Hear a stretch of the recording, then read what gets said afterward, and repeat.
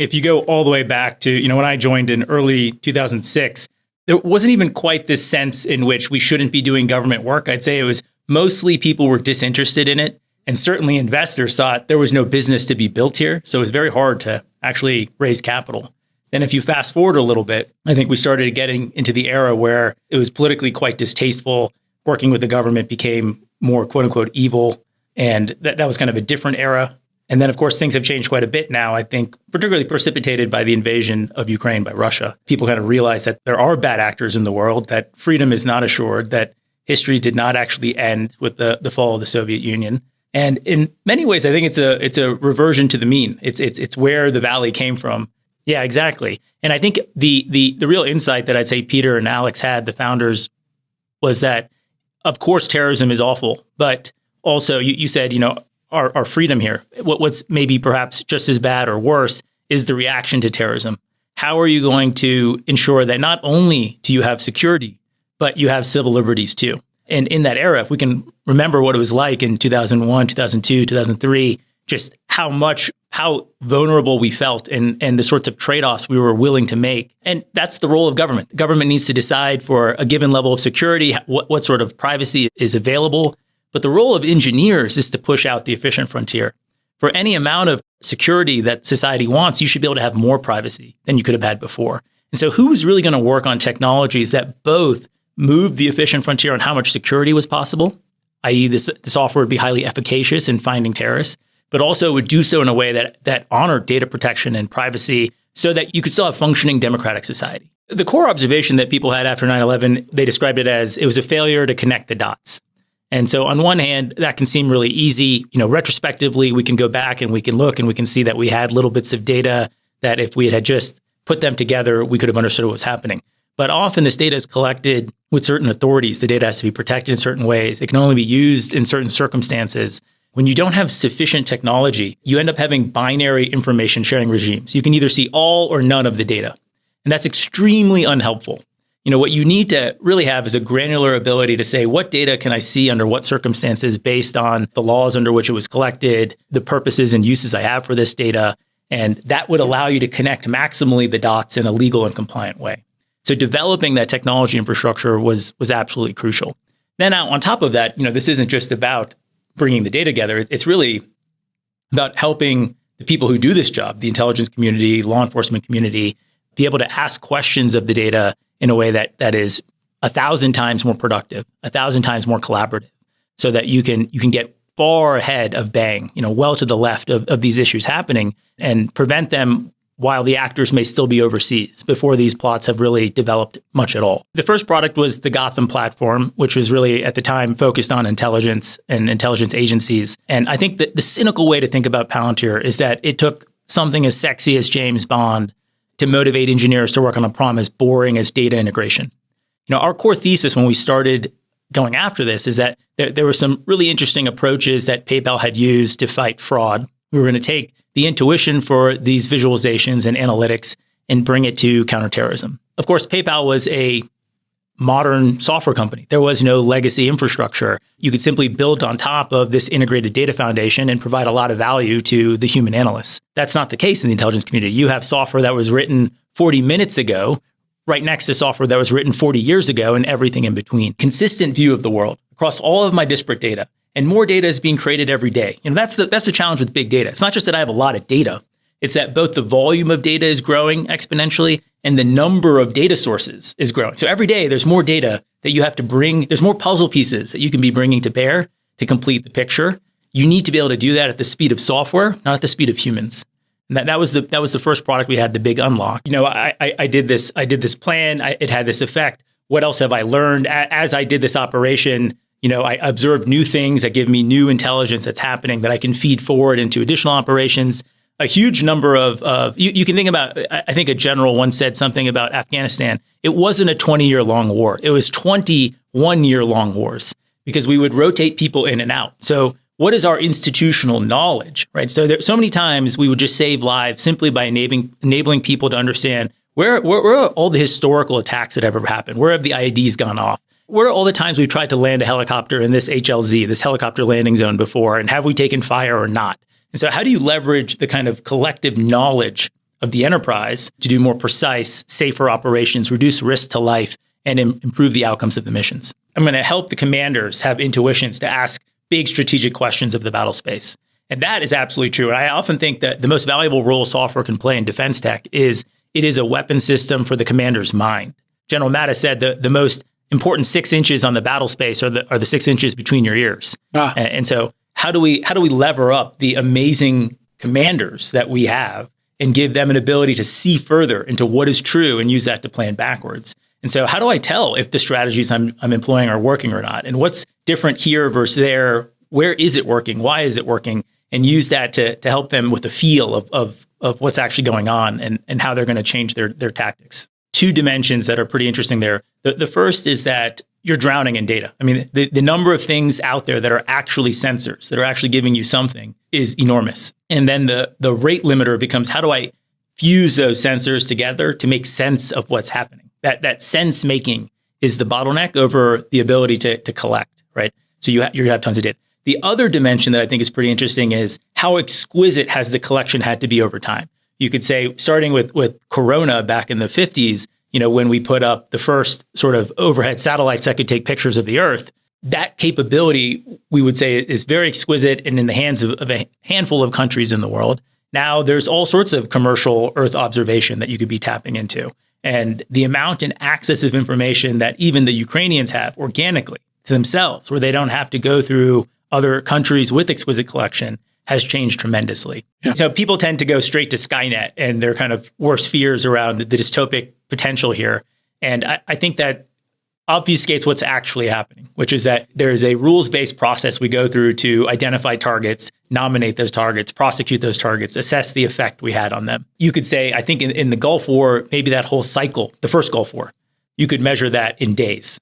For the sort of fights that we anticipate deterring now against near-peer adversaries, you need to be able to go through that cycle in minutes. And the real advantage of AI here is, how do I use algorithms to identify targets that might be on the ground? Look for tanks, just as an example. Look for tanks from overhead imagery. Look for electronic signatures. Bring this stuff together, then put that in front of a human. So you're not bleeding from your eyeballs scanning many, many, many square kilometers of imagery, but rather you're looking at key things that are probably relevant for you, accelerating that process. You're able then to more efficiently send that to the fires folks to take care of what they need to do there. And you're able to understand the effects, prioritize the targets. The point is to really have, how do I go after high value command and control nodes, not after lower value pieces of infrastructure that aren't going to actually deter the enemy. And so you could think about this as more as driving improved automation, not autonomy, but automation in this process here to create deterrence, which is the goal. So in particular, I would look at our commercial business. 50% of our business is commercial, as in non-government, and 50% is government. And there, in particular in the US commercial, we have put so many of these use cases into production. 100% of the use cases are an elegant integration of human thought, the existing humans in the business, traditional software, algorithmic reasoning, and LLMs. And so I think that the pitfall is when you're trying to go after every problem with an LLM hammer, you start running up against almost everything you just described there, where it's like, well, this doesn't quite seem right. How do you deal with the hallucination? How do you do this? It doesn't know anything about my domain. And one of the fallacies is that people are trying to jam as much information into the parametric knowledge of the model, i.e., what does the model know about the world? Rather than stepping back and saying, you know what, these models today, they're not as good as my subject matter experts, but what they are, they're definitely better than my interns. And I essentially have infinite on-demand intern capacity right here. Got it. Now, if I could reimagine my workflow, my use case, such that I have traditional software, I have infinite on-demand interns, and I have my humans, how would I solve problems? And how could I array this to be, in the government's case, to increase lethality, in the commercial case, to improve the automation and efficacy of my business? And I think a big part of why this is potentially hard for traditional software engineers is that these language models are stochastic. This is a little bit like when we first started learning how to predict the weather in the mid 1800s. We thought it was going to be like astronomy. You can tell at this point of the Earth, 10,000 years from now, there's going to be an eclipse. It's dominated by calculus. The math is perfect. That's deterministic, right? And actually, when you're writing your Python function, when you're writing traditional code, you're in that domain here. So how we think about unit tests, how we think about developing software, how we think about the tool chain, it's all geared up for that. These things are something entirely different. It's more like predicting the weather. It might rain tomorrow.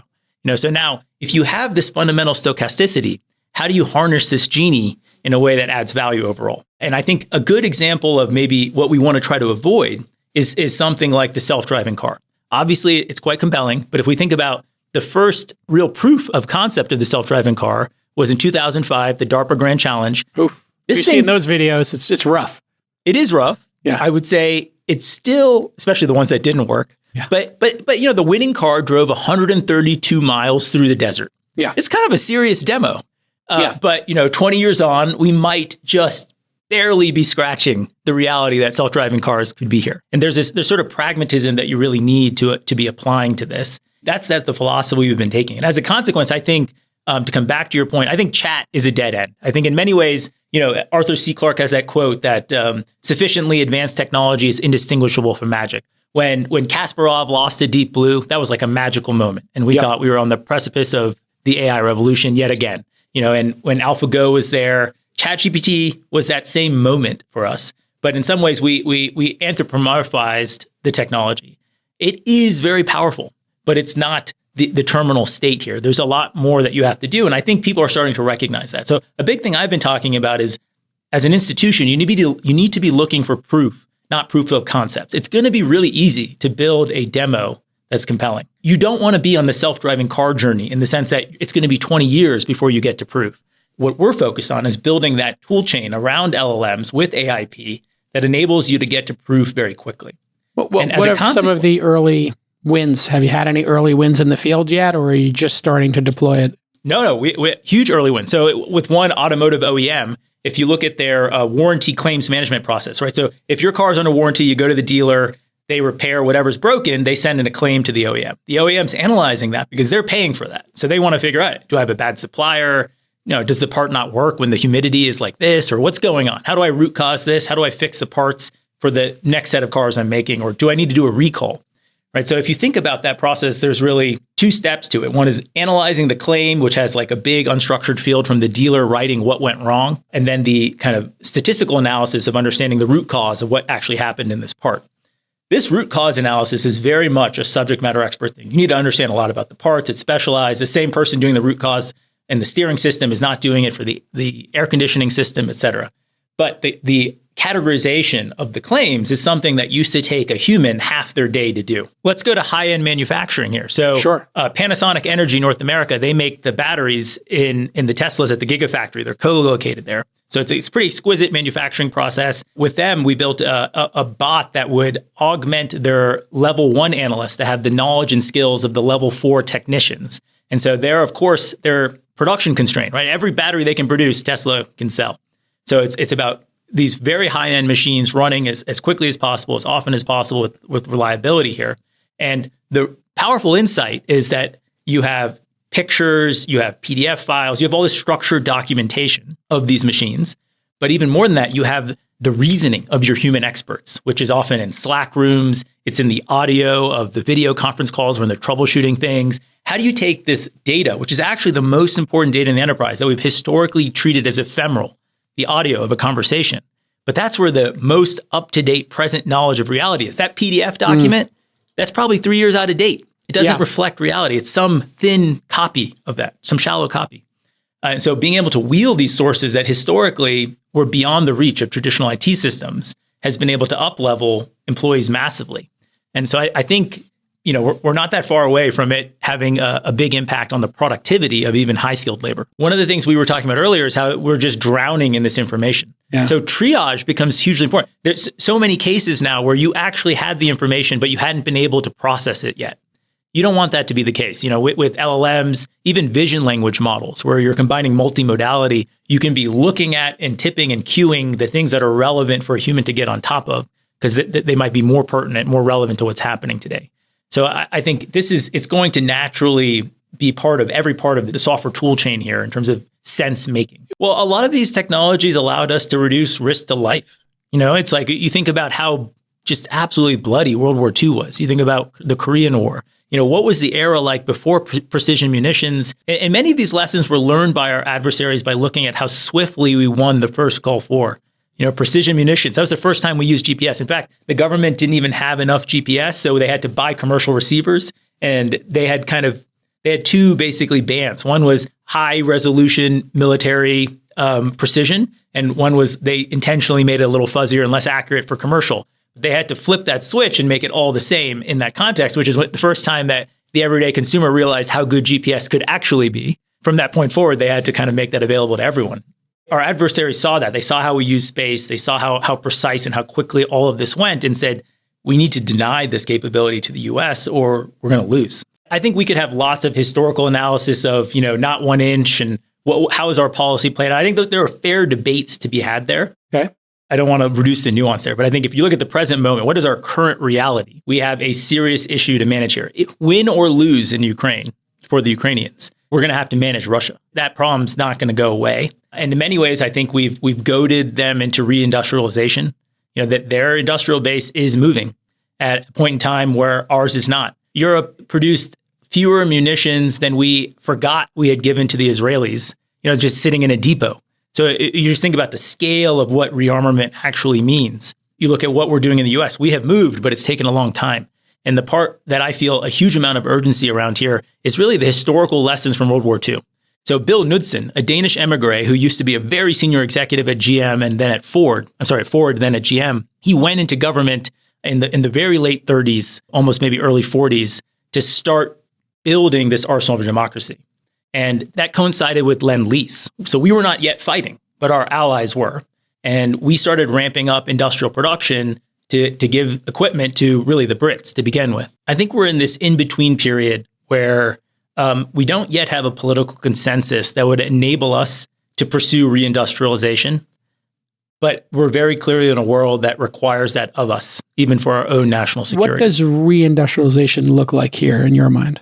We need to get back to making things at scale. Some of my favorite anecdotes from that period of World War II was that the U.S. Army had an idea that, hey, making this piece of munition, I think I'm going to need 2,800 of them. And when I make them as the Army, it takes me about 3 weeks to make them.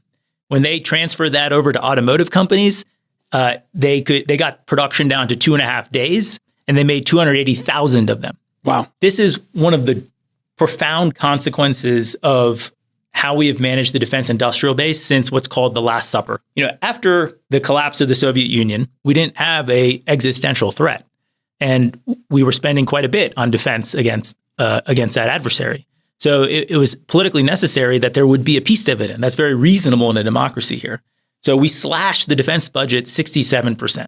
So every dollar we're spending before, we're only going to spend 33 cents going forward. Then Secretary of Defense Les Aspin and his Deputy Secretary Bill Perry, who was a Silicon Valley entrepreneur, they got all of the primes together. At the time, there were 51 primes. And they said, look, you're not all going to survive. This budget is going to get crushed, and we're giving you permission to merge and consolidate, because that's the only way this is going to work. That proceeded until the government blocked the merger of Northrop and Lockheed. So we went from 51 down to 5.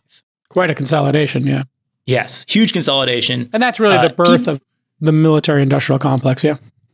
I think so, because it's what created the financialization of defense. Got it. Before that time period, we think about it today as Northrop Grumman and Lockheed Martin, but it was actually Glenn Martin. It was Jack Northrop. It was Henry Kaiser. There were founders, prolific numbers of founders, innovators who were in this space.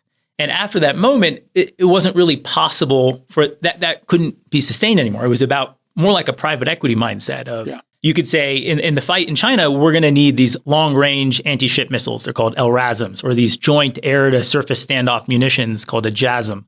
Okay, so today we have our primes who make them, Lockheed in particular in this case, not picking on them, but their approach to manufacturing is essentially one that's gated on the innovation that's available to that ecosystem.